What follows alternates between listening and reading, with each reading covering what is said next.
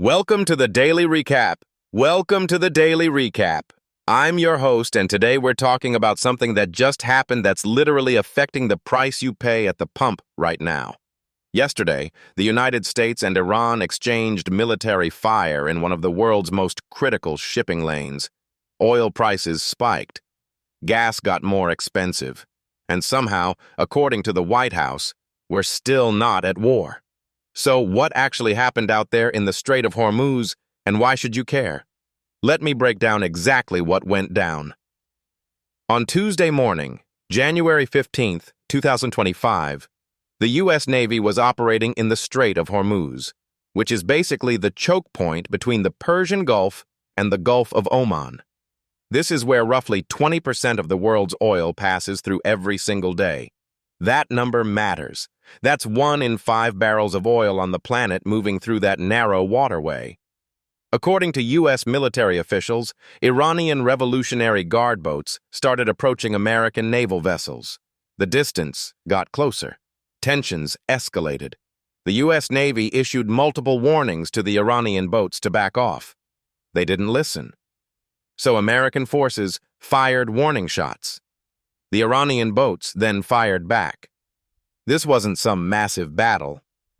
We're talking about small arms fire and warning shots, but it was direct exchange of fire between two militaries.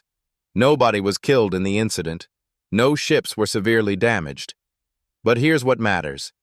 It was the first direct military exchange between the U.S. and Iran since the Trump administration took office just 2 weeks prior. The timing is huge. We'll get to that in a second. Within hours of this happening, oil prices jumped. West Texas Intermediate crude, which is the U.S. benchmark for oil prices, jumped about 3%. Brent crude, the international benchmark, went up roughly the same amount. That might not sound like much, but when you're talking about millions of barrels a day, that translates to real money. Gas stations started adjusting prices. Your commute to work just got slightly more expensive. Then comes the weird part. President Trump released a statement saying that despite the incident, the ceasefire between the U.S. and Iran is still in place. This confused a lot of people because there hadn't been an official ceasefire announced before this. Trump seemed to be referencing some kind of understanding or agreement that nobody had formally announced to the public. His exact words were something like, "The ceasefire is holding, everybody's calm, situation is under control." Basically, he was telling markets and the world, don't panic. So why should this matter to you sitting at home right now? Let's connect the dots. First, oil. Oil doesn't just power your car, it's in your plastic. It's how your groceries get shipped to you. It's heating oil if you're in the Northeast. It's the cost airlines pay to fly planes. Any spike in oil price ripples through the entire economy. You might not notice 3% today, but if this escalates and prices go up 10 or 20%, you're going to feel it. Second, geopolitics. The Strait of Hormuz is one of the most dangerous places on Earth for a reason. If you actually block that strait, if ships can't get through safely, you're talking about a global energy crisis. Most countries don't have massive oil reserves sitting around. They need constant flow. Japan, South Korea, China, Europe, they all depend on that strait. A real conflict there doesn't just affect Americans. It affects global stability. Third, the uncertainty itself is bad for markets. Investors hate not knowing what's going to happen. Is this a one-time incident? Is it the start of something bigger? Is Trump actually in control of this, or is it spiraling? When people don't know, they get nervous. Nervous investors sell stocks, pull money out, hedge their bets. That creates volatility. 401ks, retirement accounts, mutual funds, they all feel that. Fourth, there's the Trump card here. Trump came into office talking about being unpredictable. He's already pulled out of deals, fired people, done things nobody expected. So when an incident like this happens, people are asking, is Trump going to de-escalate or escalate? When a president's predictability is in question, markets get twitchy. Fifth, This connects to everyday global supply chains. Semiconductors come from Asia. They come through that strait or around it. Clothes come from Bangladesh. Food comes from multiple continents. Everything is connected. A spike in shipping costs due to insurance premiums in dangerous waters gets passed down to you eventually. Let me give you the backstory here because you need context. The US and Iran have been in this Cold War situation for decades. In 2015, the Obama administration negotiated the Iran nuclear deal, a massive agreement where Iran said they'd limit their nuclear program and the US would lift sanctions.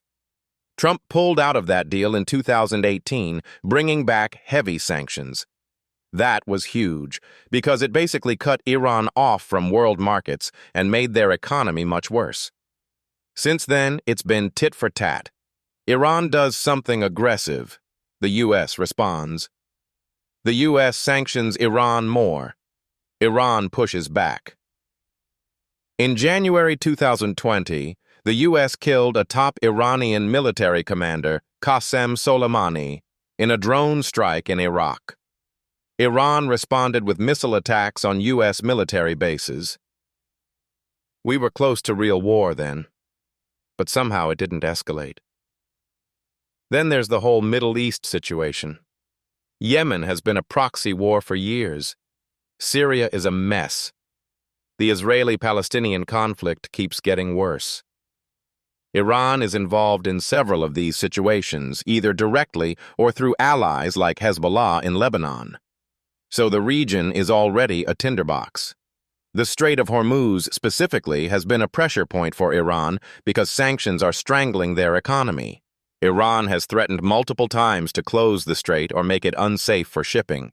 It's their leverage. They can't beat the U.S. military in a head-to-head fight, but they can make life difficult in that strait. Insurance companies get nervous, shipping costs go up, oil prices spike, and suddenly everybody's feeling pain. Into all this comes Trump taking office again in 2025. He promised a different approach to Iran than Biden had. What that approach is exactly, we're still figuring out. So when this incident happened, people were trying to read tea leaves about what Trump actually wants to do.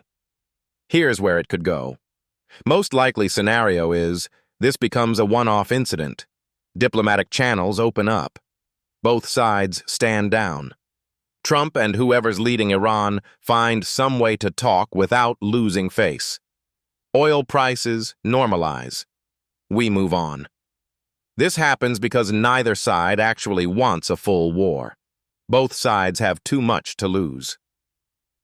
Second scenario is this escalates. More incidents happen. Maybe Iran captures a ship.